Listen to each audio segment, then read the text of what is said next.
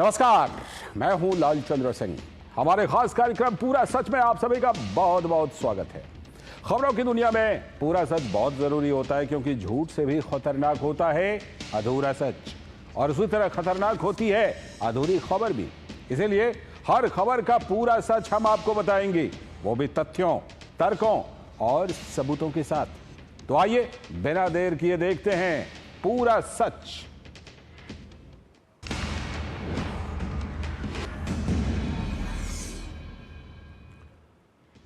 देश में जनगणना कब होगी, इसकी तारीख अब सामने आ गई है, और ये 2 चरणों में होगी। इस बार की जनगणना इसलिए भी खास होगी क्योंकि इस बार की जनगणना में जातिवार आंकड़े भी जमा किए जाएंगे। करीब 100 सालों के बाद ऐसा होगा, और स्वतंत्र भारत में तो पहली बार ये जातिगत जनगणना होगी। इसका सीधा सा मतलब होता है कि देश में किसी जाति के कितने लोग हैं, इसके स्पष्ट आंकड़े सामने आ जाएंगे। आजादी के बाद की सरकारों ने विस्तृत जाति जनगणना से दूरी बना ली थी। डॉक्टर मनमोहन सिंह के नेतृत्व वाली यूपीए सरकार ने भी जातिगत जनगणना के बजाय सामाजिक, आर्थिक और जाति जनगणना सर्वेक्षण यानी SECC का विकल्प चुना था। भारत में इससे पहले 1931 में जातिगत जनगणना हुई थी, और उसके बाद देश में होने वाली जनगणनाओं में जातियों की गिनती ही नहीं की गई। हालांकि जनगणना में दलितों और आदिवासियों की संख्या तो गिनी जाती है और उन्हें राजनीतिक आरक्षण भी मिला हुआ है, लेकिन पिछड़ी और अति पिछड़ी यानी OBC जातियों के कितने लोग देश में हैं, इसकी गिनती नहीं होती थी। लेकिन इस बार जो जातिगत जनगणना करवाई जाएगी, उसमें सभी की नजर इस बात पर रहेगी कि भारत में OBC कितने प्रतिशत हैं। जाहिर सी बात है कि भारत में जाति एक संवेदनशील मुद्दा रहा है, और जाति जनगणना के बाद OBC, SC और ST की सटीक आबादी और उनकी स्थिति का पता चलेगा। साथ ही बहुत सी ऐसी जातियां भी हैं जो बहुत पिछड़ी हैं, पर वो संख्या बल में कमजोर हैं। इसीलिए जाति की गिनती के बाद उनके साथ भी न्याय किया जा सकेगा। जातिगत जनगणना में सिर्फ हिंदुओं की जाति ही नहीं पूछी जाएगी, बल्कि मुसलमानों की भी जाति पूछी जाएगी, जिससे अब पसमानदा मुसलमानों को भी इंसाफ मिलेगा। तो आज पूरा सच में हम जाति जनगणना का पूरा बैकग्राउंड आपको बताएंगे। साथ ही यह भी बताएंगे कि जातिगत जनगणना किस तरह से हाशिए पर पड़े लोगों के लिए फायदेमंद साबित होगी। आपको आज यह भी पता चल जाएगा कि कुछ राज्यों ने अपने अपने यहां जातियों के जो सर्वे कराए हैं, उनका कोई संवैधानिक अधिकार आधार है भी या नहीं। यह भी बताएंगे कि जाति जनगणना से कैसे पता चलेगा कि मुसलमानों की जाति व्यवस्था का पूरा सच क्या है। तो देखते हैं पूरा सच पूरे विस्तार के साथ। तो केंद्र सरकार ने जातियों की गणना के साथ साथ जनगणना 2027 में 2 चरणों में कराने के लिए तारीखों का ऐलान कर दिया है। पहले फेज की शुरुआत 1 अक्टूबर 2026 से होगी। इसमें 4 पहाड़ी राज्य हिमाचल प्रदेश, उत्तराखंड, जम्मू कश्मीर और लद्दाख शामिल हैं, जबकि 1 मार्च 2027 से दूसरा फेज शुरू होगा। इसमें देश के बाकी राज्यों में जनगणना शुरू होगी। इससे जुड़ा नोटिफिकेशन 16 जून को आधिकारिक राजपत्र में पब्लिश किया जा सकता है, आने वाले 16 जून को। देश में पिछली जनगणना 2011 में हुई थी। वैसे तो इसे हर 10 साल में किया जाता है। इस हिसाब से साल 2021 में अगली जनगणना होनी थी, और उसे भी इसी तरह 2 चरणों में आयोजित करने का प्रस्ताव भी था, लेकिन कोविड-19 महामारी के कारण इसे उस समय टाल दिया गया था। केंद्र की नरेंद्र मोदी सरकार ने इसी साल 30 अप्रैल को जनगणना के साथ साथ जातीय जनगणना कराने का भी ऐलान किया था। देश में आजादी के बाद यह पहली जातीय जनगणना होगी। साल 2011 तक जनगणना फॉर्म में कुल 29 कॉलम होते थे। इनमें नाम, पता, व्यवसाय, शिक्षा, रोजगार और माइग्रेशन जैसे सवालों के साथ केवल SC और ST कैटेगरी से ताल्लुक रखने को रिकॉर्ड किया जाता था। लेकिन अब जाति जनगणना के लिए इसमें एक्स्ट्रा कॉलम जोड़े जा सकते हैं, ताकि OBC आबादी और इनकी आर्थिक सामाजिक स्थिति का पता लगाया जा सके। आप सुनिए, केंद्र की नरेंद्र मोदी सरकार ने जब जनगणना के साथ साथ जातीय जनगणना कराने का इसी साल 30 अप्रैल को ऐलान किया था, तो उस समय केंद्रीय मंत्री अश्विनी वैष्णव ने क्या कहा था।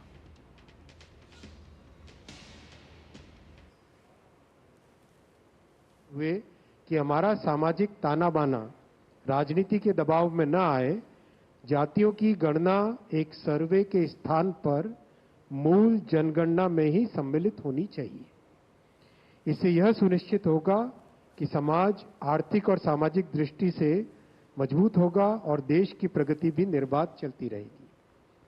यह इस बात को दर्शाता है कि वर्तमान सरकार देश और समाज के सर्वांगीण हितों और मूल्यों के लिए प्रतिबद्ध है। जैसे कि पहले भी जब समाज के गरीब वर्गों को 10% आरक्षण का प्रावधान किया गया, तब भी समाज के किसी घटक में तनाव उत्पन्न नहीं हुआ था। तो आपने केंद्रीय मंत्री को सुना, इससे यह बात साफ हो गई कि मोदी सरकार जातिगत जनगणना कराएगी, और कराएगी तो उसके पीछे मकसद क्या है यह भी साफ कर दिया सरकार ने। आइए अब आपको बताते हैं कि कैसे होती है जनगणना और किस कानून के तहत होती है यह जनगणना, और जनगणना कराने का अधिकार किसके पास है। आपको बता दें कि भारतीय संविधान के अनुच्छेद 246 के मुताबिक जनगणना संघ यानी कि केंद्र का विषय है, जिसका जिक्र 7वीं अनुसूची की संघ सूची में 69वें नंबर पर किया गया है। कुछ राज्यों ने जातिवार गणना के लिए सर्वेक्षण किए हैं, पर इनमें पारदर्शिता और उद्देश्य अलग अलग रहे हैं। कुछ सर्वेक्षण पूरी तरह राजनीतिक मकसद से भी किए गए, जिससे समाज में दुविधा पैदा हुई। इन सभी स्थितियों को ध्यान में रखते हुए और सामाजिक ताने बाने को राजनीतिक दबाव से मुक्त रखने के लिए मोदी सरकार ने अलग अलग सर्वेक्षणों के बजाय मुख्य जनगणना में ही जातिवार जनगणना कराने का भी फैसला लिया है। आपको यह भी मालूम जरूर होनी चाहिए कि जनगणना कराने के लिए कानून भी हैं और नियम भी। जनगणना अधिनियम 1948 और जनगणना नियम 1990 के प्रावधानों के तहत जनगणना कराई जाती है। यह कानून जनगणना को कानूनी आधार देता है। आपको बता दें कि जनगणना अधिनियम 1948 में अंतिम बार 1994 में संशोधन किया गया था।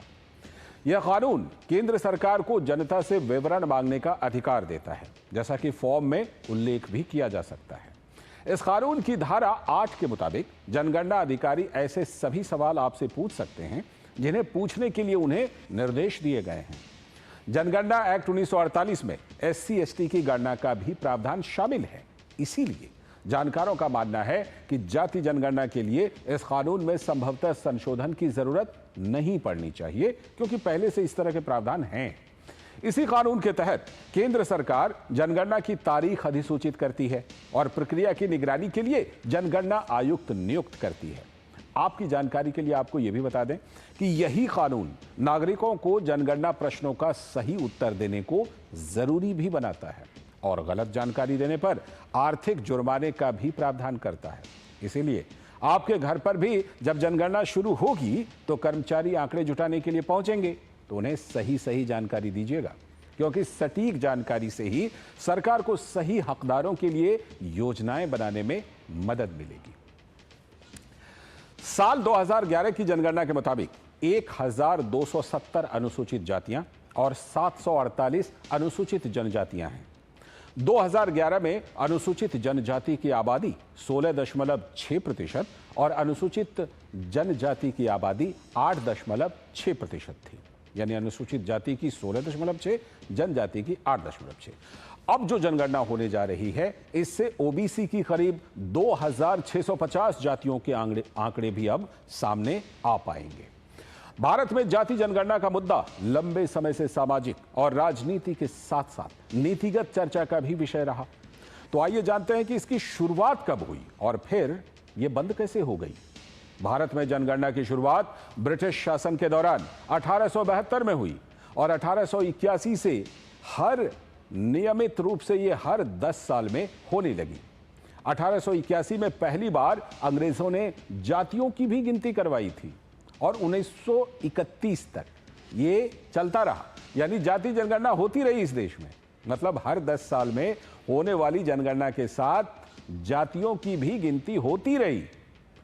1941 में भी जातिगत जनगणना हुई, लेकिन द्वितीय विश्व युद्ध के कारण ये आंकड़े सार्वजनिक उस समय नहीं किए गए। और जब आजादी के बाद 1951 में पहली जनगणना हुई, लेकिन इसमें सभी जातियों के बजाय सिर्फ अनुसूचित जाति यानी SC और अनुसूचित जनजाति यानी ST की ही गिनती की गई। और फिर इसके बाद किसी भी जनगणना में SC ST को छोड़कर बाकी जातियों की गिनती हुई ही नहीं। इससे हुआ ये कि विशेष रूप से अन्य पिछड़े वर्ग, जिसे हम OBC कहते हैं, OBC की आबादी का कोई ठोस आधिकारिक आंकड़ा उपलब्ध नहीं हो पाया।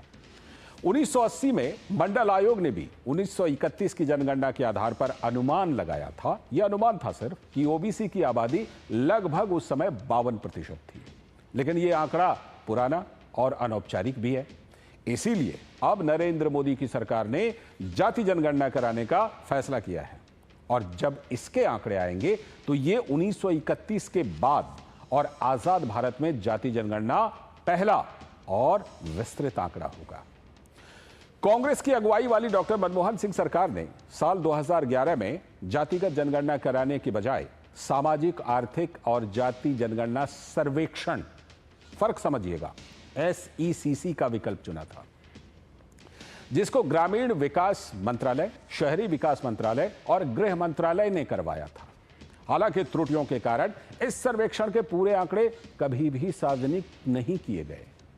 आप भी सुनिए कि जाति जनगणना कराने के बारे में जब कैबिनेट के फैसले की जानकारी देने केंद्रीय मंत्री अश्विनी वैष्णव आए थे, तब उन्होंने इस बारे में, यानी ये जो 2011 में करवाई गई थी सर्वेक्षण, उसके बारे में क्या कहा। Congress governments have always opposed caste census. Caste was not included in all the census operations conducted since independence. In 2010, then Prime Minister late Dr. Manmohan Singh ji had assured the Lok Sabha that the matter of caste census should be considered in the cabinet. A group of ministers was formed to consider this subject. Most of the political parties had recommended caste census.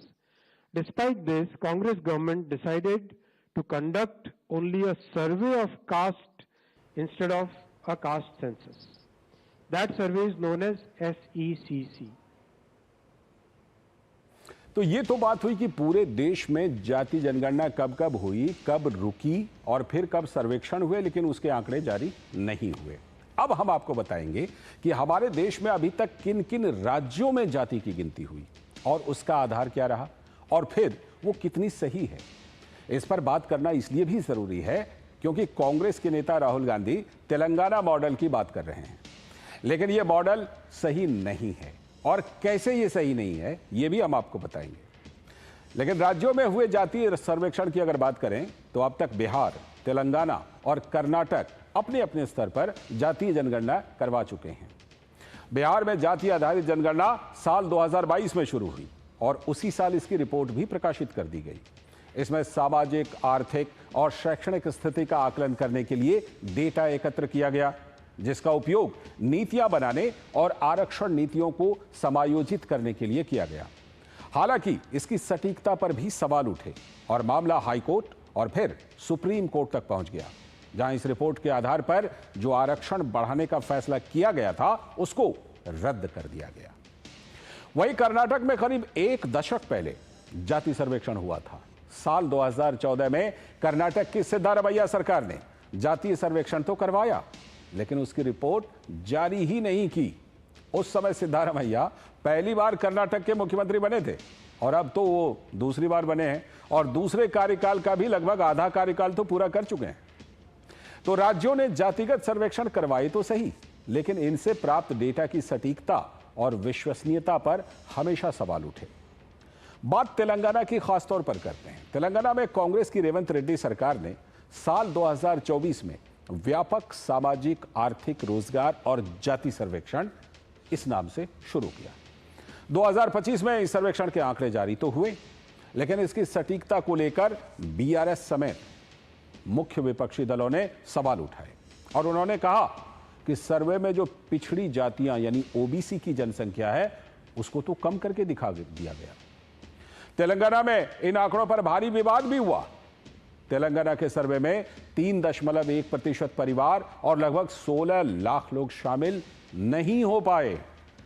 यह भी कहा गया कि सर्वे में पूछे गए 75 सवालों के चयन और डिजाइन में पर्याप्त सामुदायिक भागीदारी थी ही नहीं, जिससे डेटा की प्रामाणिकता प्रभावित हुई। और इसके साथ ही तेलंगाना के जातिगत सर्वेक्षण पर एक और बड़ा विवाद सामने आया। वो ये था कि पूरे मुस्लिम समुदाय को ओबीसी में शामिल कर दिया गया था। तो इस तरह तेलंगाना के सर्वे की प्रक्रिया और पारदर्शिता पर भी गंभीर सवाल उठे। और आइए अब हम आपको बताते हैं कि भारत जैसे देश में आखिर ये जातिगत जनगणना जरूरी क्यों है और इसके क्या क्या फायदे होंगे। दरअसल हमारे देश की सामाजिक संरचना दूसरे देशों से काफी अलग है। यहां बहुत अधिक विविधता और बहुलता है, तो लोकतंत्र में विकास का फायदा सभी तक पहुंचाना ज्यादा चुनौतीपूर्ण है हमारे देश में। इसीलिए जातिगत जनगणना की जरूरत महसूस होती है। इससे सबसे पहला फायदा तो यही है कि जातिगत जनगणना के जरिए जुटाए गए आंकड़ों से सरकार को अपनी नीतियां बनाने में मदद मिलेगी और एक लोक कल्याणकारी व्यवस्था में सभी को शामिल कर इसे समावेशी बनाया जा सकेगा। अब बात करते हैं दूसरे फायदे की। जातिगत जनगणना का दूसरा फायदा यह होगा कि सरकार की जो नीतियां और कार्यक्रम पहले से चली आ रही हैं, उनमें भी जरूरत के मुताबिक सुधार किया जा सकेगा और इसके लिए भी डेटा की जरूरत तो पड़ेगी ही। अब बात तीसरे फायदे की। तीसरा फायदा इससे यह होगा कि इससे संसाधनों का समान वितरण हो सकेगा। हमारे देश का संवैधानिक स्वरूप लोकतांत्रिक समाजवाद वाला है, तो अलग अलग परिवेश और पृष्ठभूमि के लोगों तक संसाधनों को पहुंचाना भी आवश्यक है। एक बात और है कि देश के जो वंचित समुदाय हैं, उनको सरकार और शासन की प्राथमिकता में लाना भी जरूरी है और यह भी तो तभी संभव हो पाएगा जब सरकार के पास पर्याप्त रूप से उनका डेटा हो। और जब संसाधनों का फायदा सभी के लिए सुनिश्चित होगा तो देश में अधिक सामाजिक एकता और पारदर्शिता सुनिश्चित होगी। क्यों? क्योंकि फिर सभी लोग ज्यादा जुड़ाव महसूस करेंगे और सभी को लगेगा कि इस देश में उनका भी कल्याण हो रहा है। हमारा देश भारत भौगोलिक रूप से भी बहुत बड़ा है। दूर दराज के इलाकों में रहने वाले कई ऐसे समुदाय भी हैं जो आज भी हाशिए पर पड़े हुए हैं, तो उन तक भी विकास को पहुंचाने के लिए उनका भी डेटा इकट्ठा करना जरूरी है और ये सब कुछ मिल पाएगा जातिगत जनगणना के जरिए। तो ये बात तो साफ हो गई कि जाति जनगणना से कई सामाजिक और आर्थिक लाभ हैं और विशेष रूप से हाशिए पर पड़े समुदायों के लिए। उपराष्ट्रपति जगदीप धनखड़ ने तो इसे MRI की तरह बताया है, जो सामाजिक असमानताओं को समझने और समाधान करने में मदद करेगा। तो वहीं केंद्रीय मंत्री चिराग पासवान ने भी जाति जनगणना कराने के केंद्र सरकार के निर्णय के बाद बताया था कि इससे क्या फायदा होगा। आप जरा चिराग पासवान की बातों को सुनिए कि उन्होंने इनके फायदे के बारे में क्या कुछ बताया था। जातीय जनगणना का सबसे ज्यादा असर देश के तमाम उन गरीब जातियों से आने वाले लोगों को होगा जो संभवतः अभी तक मुख्य धारा के साथ नहीं जुड़ पाए हैं, केंद्र राज्य सरकार की योजनाओं का उस स्तर पर लाभ नहीं ले पाए हैं जो अपेक्षित था। इसके होने से हर व्यक्ति को मुख्य धारा के साथ जुड़ने का मौका मिलेगा और देश 2047 में जब विकसित भारत की बात हमारे प्रधानमंत्री जी करते हैं, उस दिशा में उसकी नींव को मजबूत करने की दिशा में ये एक मजबूत और महत्वपूर्ण कदम है। तो अभी तक हमने आपको बताया कि जातिगत जनगणना को लेकर मोदी सरकार का क्या फैसला है, क्यों ये जरूरी है। पूरा सच में अभी वक्त है एक ब्रेक का, और ब्रेक के बाद आपको बताएंगे कि जाति जनगणना से अब कैसे पसमानदा मुसलमानों को भी मिलेगा इंसाफ।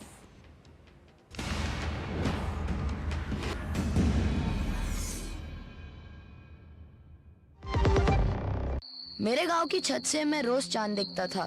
फिर एक दिन देखा कि मेरा भारत ही चांद पर पहुंच गया, तिरंगा लेकर। इस अमृत पीढ़ी ने बचपन से ही भारत को अंतरिक्ष में छलांग लगाते देखा है। तभी तो देश को भरोसा है, यही जनरेशन हमें ले जाएगी विकसित भारत तक। जो लक्ष्य चुना था समझ आने लगा है।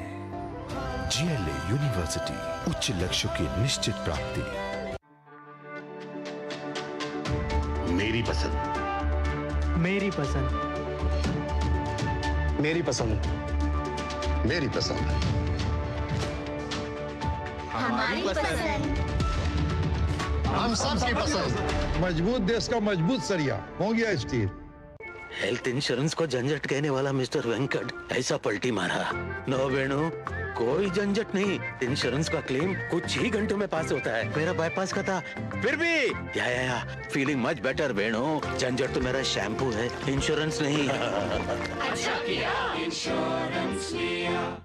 LIC लाया है unit linked insurance plan index plus. जीवन बीमा पाइए और निफ्टी स्टॉक्स के साथ अपने मार्केट रिटर्न्स को तेजी से बढ़ाइए। इस अट्रैक्टिव कॉम्बिनेशन के साथ अपना कल सुरक्षित कीजिए। सिर्फ 2500 रुपए मंथली प्रीमियम से शुरुआत कीजिए। आज ही LICindia.in पर जाएं।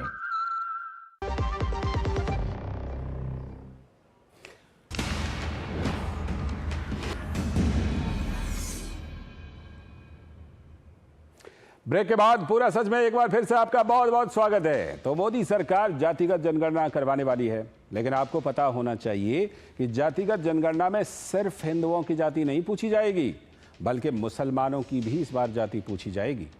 अब आप सोच रहे होंगे कि मुसलमानों में तो जातियां होती ही नहीं हैं। मुसलमानों में ना कोई अगड़ा है ना कोई पिछड़ा। इस्लाम तो समानता का मजहब है और इसमें कोई छुआछूत भी नहीं है, लेकिन आप यहीं पर तो मात खा जाते हैं।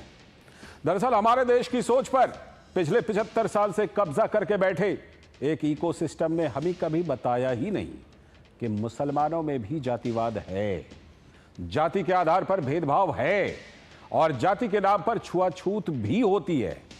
इतना ही नहीं, निचली जातियों के मुसलमान यानी पसमानदाओं का आरोप तो यह भी है कि उच्च वर्णीय मुसलमान यानी अशराफ उनका हक छीन रहे हैं। अब जब जाति जनगणना होगी तो पूरा सच आपके सामने आ जाएगा। असम के मुख्यमंत्री हिमंता बिस्वा शर्मा ने कहा है कि जाति जनगणना से ब्रह्मपुत्र और बराक घाटी के स्थानीय मुस्लिम समाज को बड़ा फायदा होगा। आप भी सुनिए उन्होंने ये क्या कहा है।